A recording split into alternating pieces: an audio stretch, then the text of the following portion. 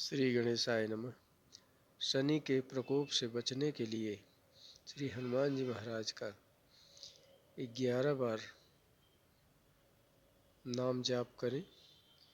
ओम हन हनुमते रुद्रात्मकाय नमो नमः। ओम हन हनुमते रुद्रात्मकाय नमो नमः।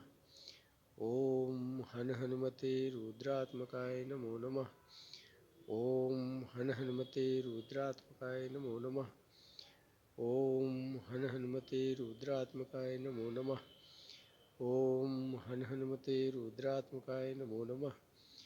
ओम हन हनुमते रुद्रात्मकाय नमो नमः।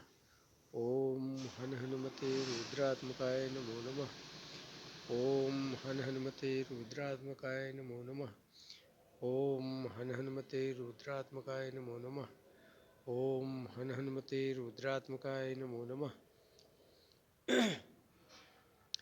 हनुमान जी महाराज की जय।